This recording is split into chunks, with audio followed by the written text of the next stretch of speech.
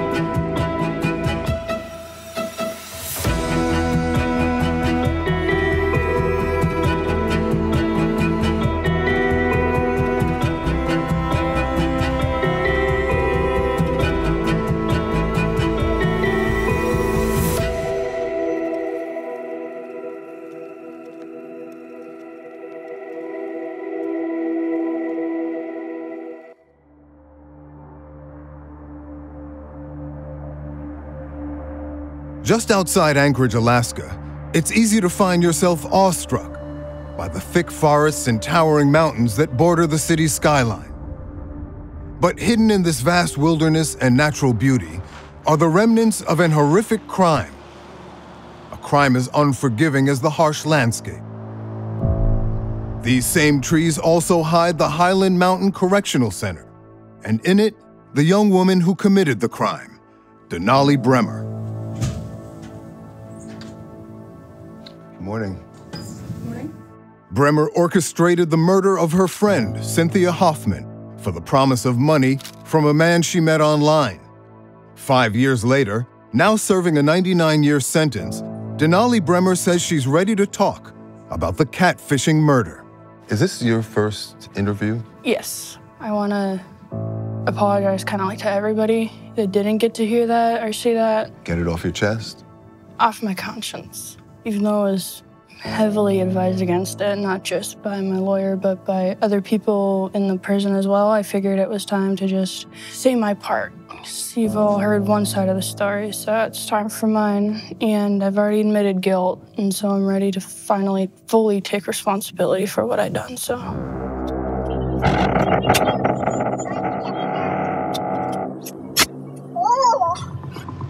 Brehmer says she's not the same person she was when she carried out the murder plot in 2019, and that she's finally ready to come clean. I'm here to try to learn whether either of those claims are true, and how a teenager could be drawn into a murder plot on the internet by a man she hardly knew.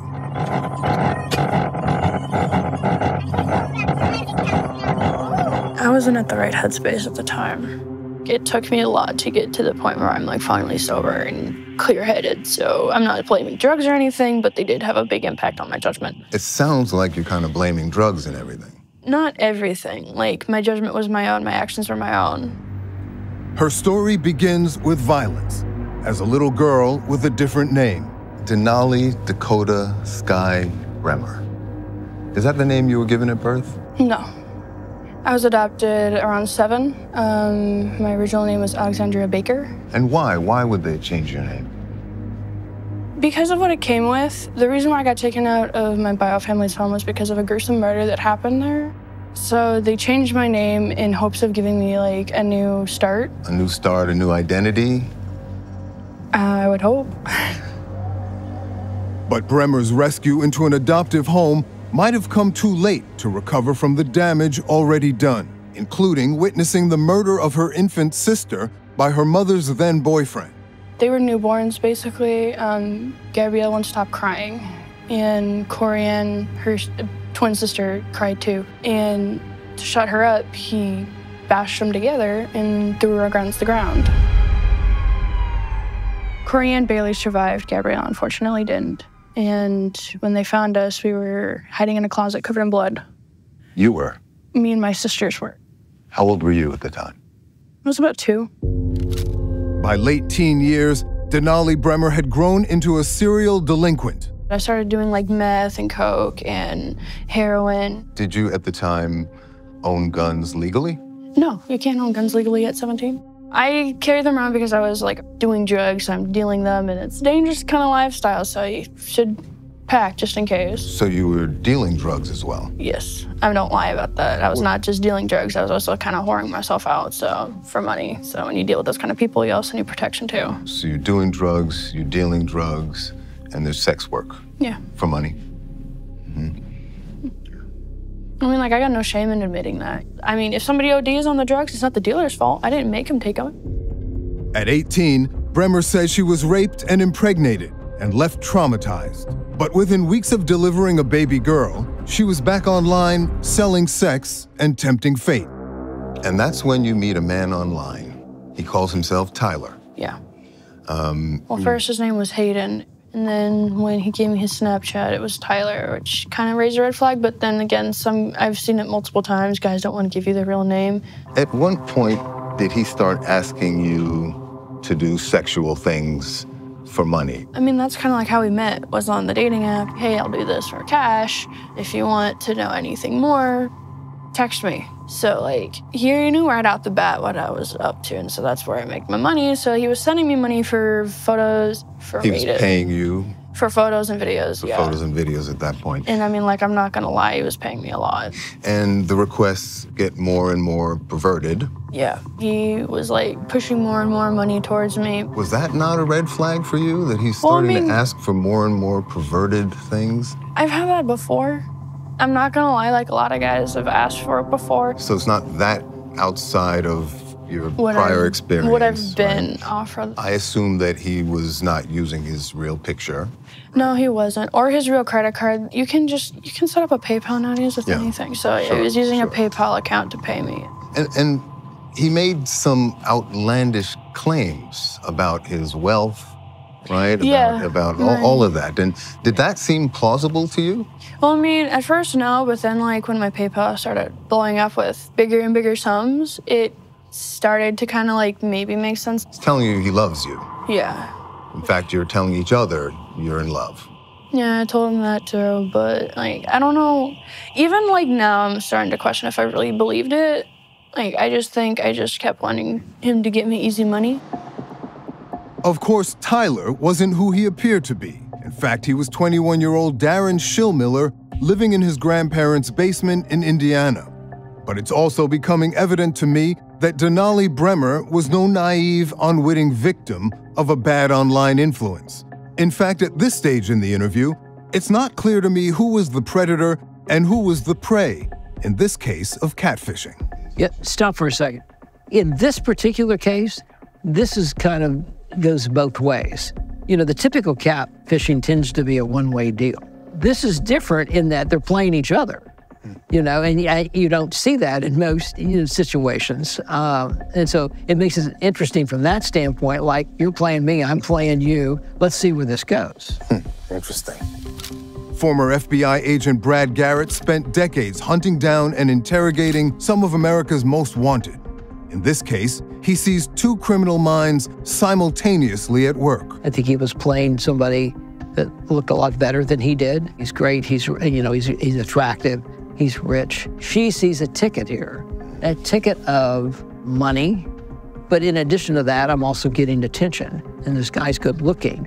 So it's more like what I'm getting out of this, which tends to fit more of a personality of somebody that grew up desperate, that internalized their feelings, and now it's all about control of getting what I want, no matter what the outcome might be. She's now using him, despite the fact she's getting attention and maybe attracted to him and all that stuff, but she's working him. And he, in turn, was working her, offering her more and more money to photograph sex acts with adults and sex crimes with children.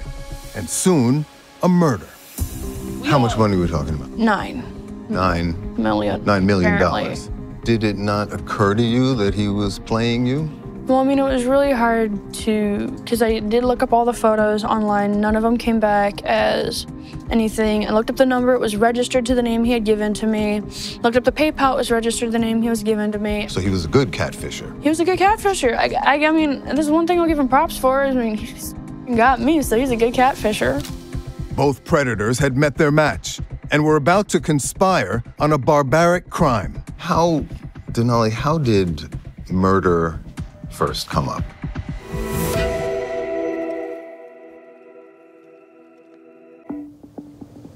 We've had some tragedies up here, but I wouldn't live anywhere else. I'm Uncle Don. Tim, who is the father of Cynthia, is my brother. She was a very smart, bright, vibrant young lady. She loved life. She loved music. She liked shopping, just regular kid stuff. She had just graduated from high school. She worked for a local restaurant, and she was doing very well. Cynthia Hoffman was blissfully unaware. The 18-year-old she considered her best friend had targeted her in a murder plot. Her uncle Don Hoffman says that was characteristic of her trusting nature and naivete. She was not judgmental of people, so she was easily brought in. She met Denali Brehmer, I think, at a mall, and she did consider her best friend at one point. My niece was, I don't know how to explain it. She was just very drawn to Denali, you know, and thought that was her friend when it wasn't her friend. Cynthia, or Cece, was developmentally delayed, and Hoffman says she missed the red flags about Denali Brehmer that were so obvious to him. Denali was the type of person she was like a predator. She was looking for her next victim. I had met her a couple times at Tim's house, and there was something about her that wasn't right. They were all sitting in the front room, and I'd met her, and then when I met her, I just kind of turned around and I just shook my head like, you know, I can't believe that you're letting CC run around with these people. You just know them type of people. You knew that they were into drugs, into different things. And I told Tim that. And he goes, I know. He goes, but Cynthia is an adult. She has the right to choose whoever she hangs out with. Give me my gun back. This is mine. But Denali Brehmer and her friends were very bad company. You judging them? Pigs. You're a pig. 16-year-old Caden McIntosh would become her triggerman in the murder case. Soft safety. Caleb Leland was also in the mix, knowingly providing the vehicle used in the crime. And all the while, text messages show Darren Schillmiller, still posing online as Tyler, was tasking Brehmer, who's using the alias Angel, with vicious sex crimes involving minors in exchange for money. Soon he's dictating to you how he wants you to molest children. Yeah, hold her down, fight her, impress me. Yeah, he tried that. When I read those messages, I was mad at my friends. But you seem to be going along with it. Yeah, but again, like, I wasn't the one texting him during that time. My co-defendants, they were the ones texting him when he was asking for a lot of that stuff. They were like, well, we pretended to be you, and he gave us more money for, like, some of your old videos and stuff. And I was like, what? But you don't deny that you're I don't deny I finally read it. That you're in a dialogue with him where he's asking for you to do things, criminal things, and you are participating in it, planning it, responding to him. Yeah, that was like right up until he like, basically the murder. But, like, for about a day or two, I wasn't texting him. Cynthia Hoffman was no match for the conniving of Brehmer and her co-conspirators, especially after Brehmer says they had a falling out over their ex-boyfriends. Denali, how did murder first come up? So, I was shooting up in the backseat of my car. I was shooting up some meth mixed with a little coke, and it only happened like a few days prior to the murder. So me and Cece had a huge fight, and she blasted all over her social media. We got this huge argument over a guy, because I slept with her ex. She slept with mine. Okay. Not proud of it. Tit for tat, okay. And, well, Tyler, Darren, found out and, you know, kind of played it on my emotions, and my jealousy hit me again. And I'm not gonna lie, I got petty, and I was mad. So who first brought up the prospect of murder? Was it you or was it him? Darren. Darren's the one that first came up with it. Eventually, he offers you $9 million to commit and photograph a murder. He had already offered that, and I was like, okay, this is... But my friend was like, no, it's real. Look, it says in transaction. I'm like, what? And I looked, and I was like, oh. So I didn't know what to think. Did you really think it was possible to send $9 million on PayPal? Well, I mean, not on PayPal, but if you know how to do wire transfers, then yeah, I could work on a wire transfer. You chose the victim? Yeah, it was a group thing too, but initially, when we all came up with it, I agreed and said yeah. Because I was mad at her, and she was mad at me, and I was just over her. And I wanted to make amends. I did want to make amends, but she needed payback for what she did with Zach. Payback with her life? No. That's on me. You chose the place? Yeah. Why there? I guess place of opportunity. Thunderbird Falls is a 200-foot waterfall that cuts through a rich birch forest just outside Anchorage. Brehmer and McIntosh would lead Cynthia to an isolated spot in the woods overlooking the creek. There had been a lot of premeditation and planning, right? Yeah, there had been, and I was the only one with a gun, so I brought my Kel-Tec 9mm with me. Tell me, what was the plan? It was just originally just to kill her. I don't know, like, they didn't, like, plan anything out, you know, like, how they were gonna do it or whatever, so it was What do you mean they? Because you're at the center of it. Not really at the center, but yeah, well, we all, I guess, were trying to figure it out, but I thought they were kidding. Were you kidding? No. You were serious? No. You were kidding or you were serious? Which one is it? Somewhere in between. I wanted her to pay for what she did, but I didn't want to kill her. I just wanted to, like, I guess, leave a lasting impression on her. Okay, but by then, you had agreed to kill her. Kill her, yeah, because I thought... For money. Yeah. Right? To take her to Thunderbird Falls, to bound her with duct actually, tape? that just... Caden came up with that suggestion while we were there. He had brought duct tape. Okay. I didn't even know he had it on him. Okay, but you were... Big pockets.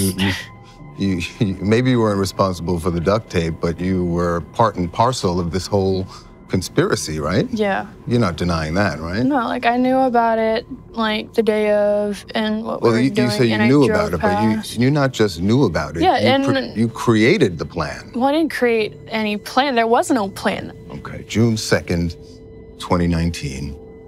In as much detail as you can recall, tell me what happened that night. You told Cynthia you were going to go on a hike, right? Well, I said in the message we were going to go on a hike, but when the code is we're going to go get high and smoke some pot or but in fact, shoot up. And we did. In fact, you had a plan, a plot to murder her that day, right? I didn't even know how we were going to do it.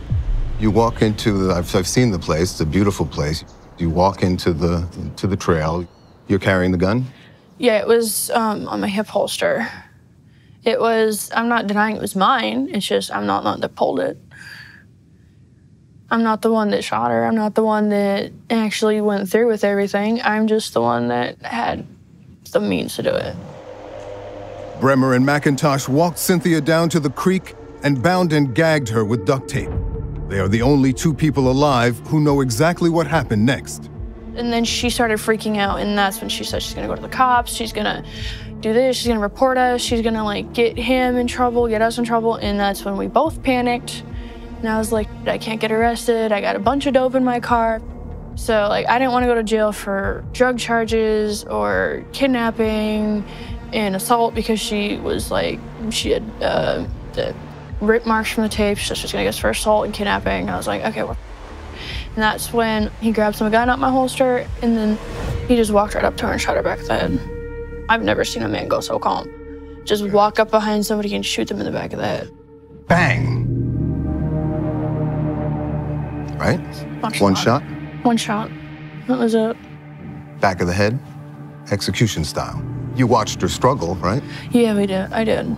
He did, we did. Lots of chances to change your mind. She reached for her phone to call help. No, she never had her phone. Kaden took it. You reached for the 9mm. I did at first, but then I stopped myself. And I was like, this is stupid. But I didn't actually do anything when because she hasn't been threatening us yet. She just went over by the river, and then she started threatening us and yelling and screaming at the top of her lungs. And you thought that the way to control the damage was to go through with the plan and murder her? Well, I just went along with it because problem solved, right? And wow, that sounds really heartless. I know, it sounds heartless, but not now. Like now I'm just like, that was super up and shouldn't have done it. But at the time, that's what I was thinking. Problem solved. Did you watch him point it at her head? Yeah. What were you doing when he aimed the gun at the back of her head? Staring. Staring. I didn't say anything. I guess I watched. You didn't try and stop him? Well, no. There wasn't time to. I didn't scream, though. Did you watch him push her into the river? Did you see her twitching after the gunshot? I didn't want to look, but she wasn't moving at all. Did it occur to you at that point that you had just gone from troubled teen to teenage murderer? When we were in the car coming back, yeah. Not at that exact moment in time, no. In that exact moment of time, my only thought was, get out of here. Get out of here. Leave. Was there indication that Miss Brehmer had talked about killing Cece? Yes. In fact, during the messages, didn't she actually at some point say, I literally killed for you? Yes, she did. I'm not an accomplice to murder. I'm a victim, too. Denali Brehmer makes her getaway and takes to social media to craft her defense. I didn't do. He took my gun from me. He already threatened me a lot, and I don't want to die before I can testify against the mother who killed my friend.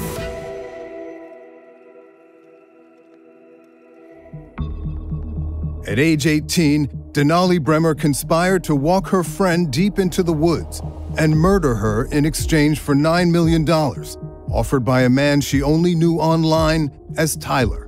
For the first time, she's speaking publicly about the crime and the cover-up. When I turned back around, she was in the river and his hands were covered in bright red blood. And then he grabs my hand and we take off and we go to this path. We go around and make our way back to the car. You're just making your getaway. In a way, yeah. We're leaving, and I'm still surprised nobody heard the gunshot. You're fleeing the scene of the crime. Yeah, we're fleeing the scene of the crime. And so I get to the car, and I get into the driver's side. Are you crying? Are you screaming? Are you... I wasn't doing anything at that point. I didn't know really what to do. And I get these Clorox wipes out, and he wipes his hands off and stuff, and I wipe mine because he'd gotten it on me. Blood on your hands? Yeah.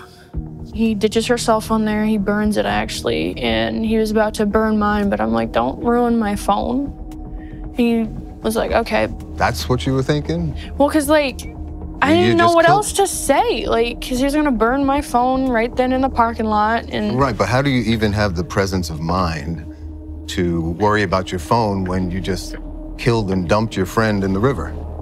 Well, I didn't really have a presence of mind. I'm just thinking moment to moment, like, I need to drive here. I need to do this. I need to do this. I need to not focus on what just happened. And then you went home and you told your biological mother what you did. I told him we needed an alibi. Look, so for all of you who are asking what really happened, I did not shoot her. In the days that followed, Brehmer posted a series of deranged messages denying her guilt in the crime. I didn't do. Honestly, I was held at gunpoint and told to do whatever he says and I'll live. And even claiming to be a victim of it. So, I just heard that evidently Caden Brian McIntosh, the guy that shot my best friend in front of me and all y'all haters saying that I was involved in it, just got out on bail. I'm actually kind of scared. Because I have guns. I know you have guns, Mom, but still. And I don't want to die before I can testify against the mother who killed my friend. All y'all saying that I'm fake and that I had something to do with it and that I used her and that he was my boyfriend, that I'm dating somebody else. At some point, did Miss Brehmer come over to your house with another individual and disclose some information to you? Yes, she did. I was told that they had gone out to Thunderbird Falls with the friend of theirs, a young lady by the name of Cece, and that Caden had shot Cece in the head and pushed her body into the Kootenai River. Instead of giving her daughter an alibi, Brehmer's mother called police. So you eventually called police? I called them the following day. And what was the reason that you kind of waited until the next day to call them? I honestly thought they were screwing with me. I thought it was all either a joke or some kind of test to see how loyal I was to her as my daughter. The following day, I saw the news report, and I knew that I couldn't, in good conscience, not come forward with the information that I had. Brehmer was quickly arrested. Then a police investigation revealed that Brehmer was the plot's mastermind and ordered Caden McIntosh to pull the trigger. Now, 5 years later, the young woman who told me she's ready to take responsibility is changing her story again and pointing the blame elsewhere. You told the police that it was your gun. It was my gun. Right? I don't deny and you it was ordered, my gun. I didn't order him. You ordered the execution of No. Cynthia. No, I did not order him to do anything. We panicked. You didn't give him the gun and tell him to shoot her? No. Why'd you tell the police I again told that? them that because I was trying to protect Caden at first. Reading the record, didn't know it what to sounds like think. the opposite, because at first you were pointing the finger at him. Well, he did shoot her. And then you admitted that you ordered him to do it because you could not pull the trigger. No, I never, ordered him to do it. It sounds like you're now, after confessing to the police that you ordered him to shoot her, that you were the mastermind. It sounds like you're now backtracking and pointing the finger at others to reduce your culpability. That's what it sounds like. I'm not trying to fully do that. I'm just saying what really happened now. Even in the interview room, when I listen to my interview, you have this guy leading me, just yes, you did this, you did this, you did this, you did this, and gave, and I was like, I guess I did. Yeah, I did. You're claiming now that this was a false confession, coerced confession? Per certain details, yeah. Well, how about that? That's not a detail. That is the definition of first-degree murder. If you premeditated, planned the event. Well, we did premeditate and then plan it. And then ordered the execution of Cynthia Hoffman. So we did premeditate it, we did talk about it, and I guess we planned it in stupid ways, but I never ordered him to shoot her. That's the one thing that they and I myself got wrong. I'm sorry. I didn't mean to do it. I didn't mean to do it. In my own head, the way I see it is I didn't actually pull the trigger. I was just the catalyst. I was the thing that Do you think that makes you any less a murderer? No, it doesn't make me any less a murderer. It just is something on my conscience that I didn't actually be the one to kill somebody. So I haven't physically taken a human life. I was just the catalyst of taking one, and that is my burden to bear because she's dead because of me. That's my responsibility. That's on me. You're saying you're taking responsibility, but you're also saying that I'm not the one that shot her. I don't know. There's just something that always gets me when people be like, well, you shot somebody. Well, no, I didn't. Everybody always tries to come up and say that, but I didn't actually shoot her. You did murder her, though. Yeah. So what's the difference? I don't know. I guess there's just a big difference with the physical part of actually doing it to somebody than being the one to make it happen. I don't know. There's just, for me, there's a difference between actually shooting somebody and being that, willing to do it. Because, I wasn't willing to do it, but he was. And you know that you yourself was willing to murder somebody. Yeah. Right? Denali, of course there's sympathy for a troubled teenage girl who suffers the kind of abuse that you did. But your crimes are so brutal, so depraved and premeditated that there's nothing that really explains, let alone excuses them. You agree with that? Yeah. You do? There's no excuse, there's no explanation even. No, not really. This is not a crime where, you know, like a lot of serious youth crime done on impulse. Yours was premeditated and planned and conniving. And again, the sheer brutality of it looks less like a terrible mistake and more like your true character. I can tell you right now that is not my true character. Was it then?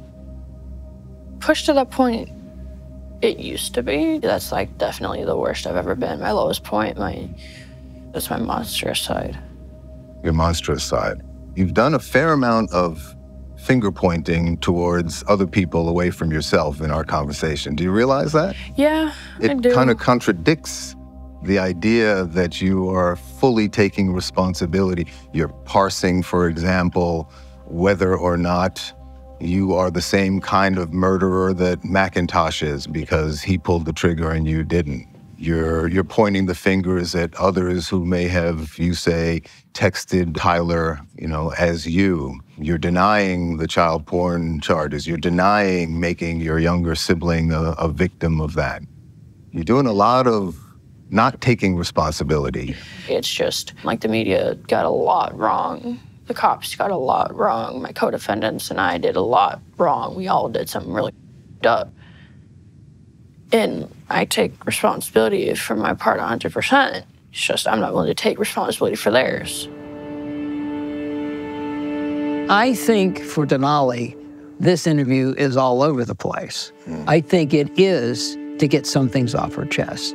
But in her mind, she wants to convince us, like she apparently has done quite well in the judicial system, of convincing people of woe for me. And, you know, some of that's true, obviously. She's had a troubled life.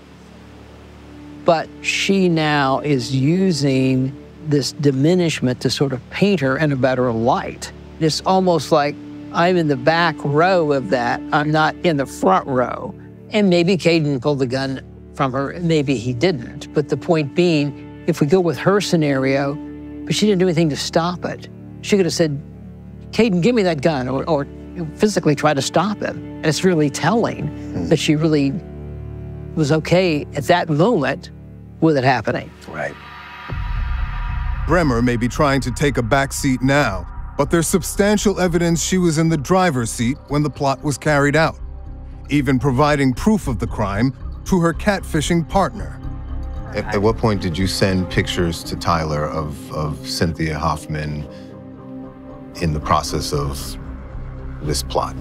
There was a video that we had taken, and then I guess there was a photo of her bound.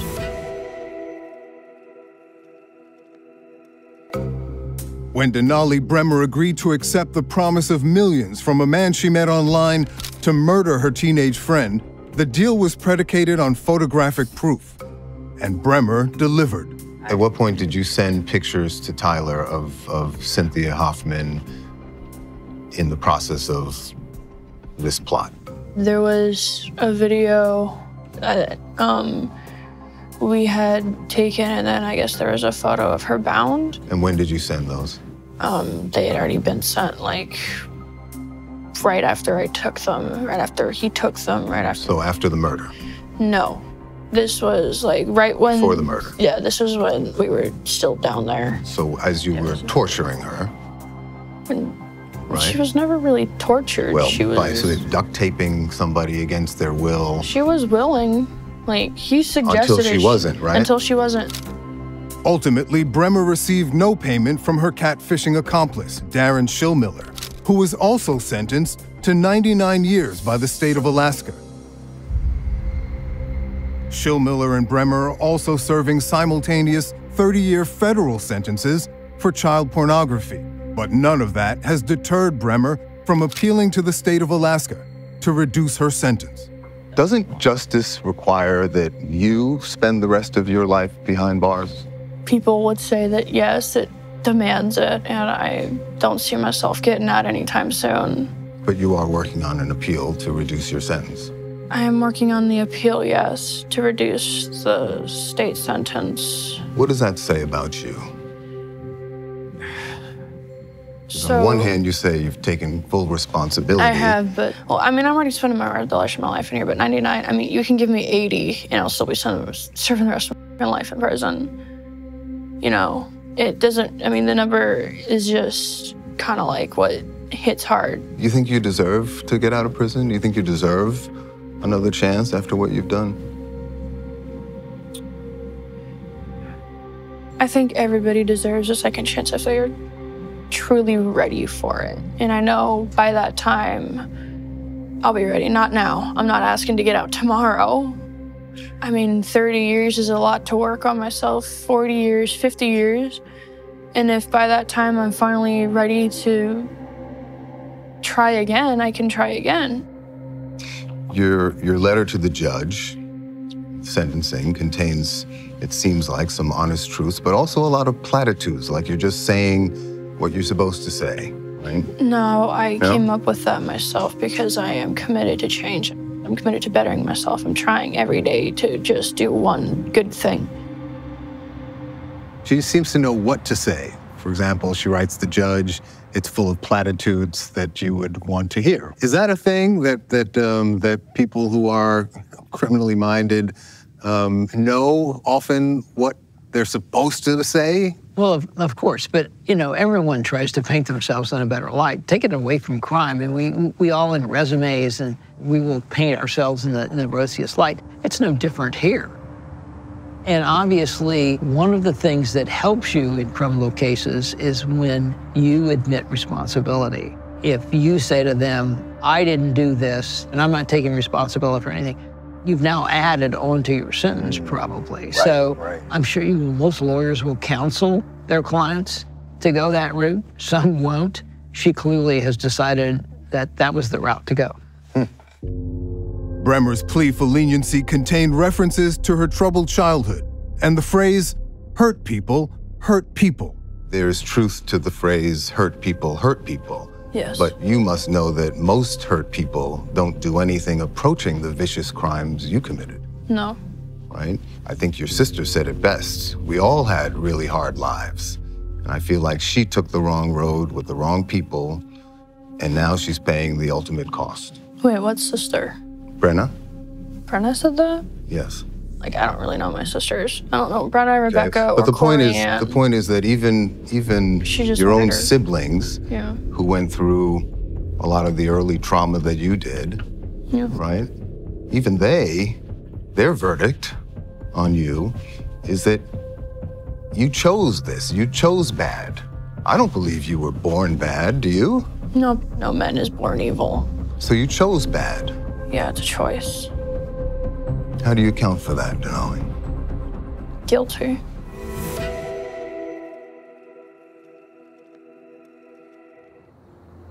It was the next day, which was June 3rd, and my brother had called me. He goes, look, Cece hasn't showed up all night.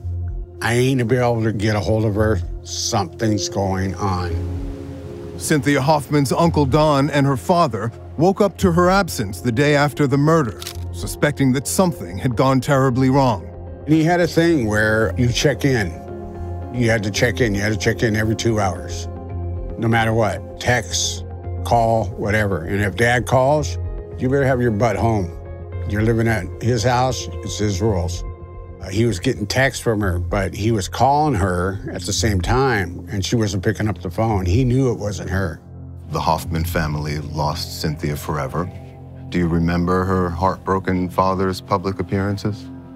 I tried not to really focus on what he would say because, again, like 5 years ago, I'm not the same person I am today. So 5 years ago when he first was doing that, I was mad and I was angry and I wasn't sympathetic. But then 2 years ago, I went through a really big change, and that led to the person that's sitting across from you today. I went and did this treatment program, and when the speaker spoke, he connected to something I haven't felt in a long time, something I buried really deep, is a feeling of empathy. I know it sounds monstrous now, but 2 years ago, I finally connected with empathy on a much deeper and more intimate level than I ever have in my life. And I felt it. Simply by him saying, how would you feel if it was you? Yeah. That's all it took? When he asked that final question, everything just kind of clicked, and what if it was you? That's when it finally hit me. When he asked it, everything just fell into place for me. You were 22 at the time, and before that, it never crossed your mind? Well, I mean, it didn't not cross my mind, it never really landed. Fully clicked. Yeah, that's when I was like, I need to make this right. I need to do something to make this right. I think Denali feels that she's got insight and maybe feels better about herself, not the crime itself. But, you know, the key with any of these situations, and I don't know if she'll experience this, will she be a different person when she gets out of prison? Because I've had so many parolees I've sent back to prison because they were model inmates who went to therapy, had a great job, security guards loved them, and then they get out and they go right back into the life that they had 5, 10, 15 years before. It's hard to break the record of who you are. Cynthia's mother, we're told, didn't leave the house for 1.5 years. She was so bereaved. And you know, her father was later killed in a motorcycle accident on a memorial ride in tribute to his dead daughter, who you took from him. That wouldn't have happened but for your crimes. Yeah, and the mother's in critical condition in the hospital. And I know, like, the family, I'm the least and last person they want to hear this from, but I really hope she pulls through and that she survives and is going to be okay. Your own family has to walk around with this forever, including your sisters, right? My sisters, my brothers. All of those people got life sentences. Do you not think that you got what you deserved? 99 years from the state, 30 years from the federal government? I just want to be able to be given a second chance eventually, to try to make it up to the community outside of here. And as this is like my first interview ever, I think I'm handling it. Okay, my lawyer told me not to do this, but I'm gonna try to do better. Brehmer is now serving her sentence at a facility with a reputation for soft time, nicknamed Camp Cupcake, and she says she's trying to use the time well. Well, thank you for your time. Will I get lunch? She seemed pleased with her first ever interview, but she couldn't account for all the damage she has done. Damage that has only gotten worse for the Hoffman family since Denali Brehmer murdered Cynthia. And that's why she never deserves to get out. She better not get no appeal. And she better watch her back in there, because Cece had a lot of friends. One of them might end up in there. As much as you guide your children, there's a lot of unsavory people in this world. We see the end result. My niece is not here no more. She's dead. Shot in the back of the head for what? When she was led there, she went up there willingly, thinking this is all a game, we're just going on a hike. They saw that she has special needs, and they could easily manipulate her into trusting them. And they all knew they were gonna kill my niece. It's just like the wolf leading the lamb to slaughter. I think she has no conscience. I think she's evil. And she murdered my niece without a blink of an eye. And if she could have got away with it, she would have.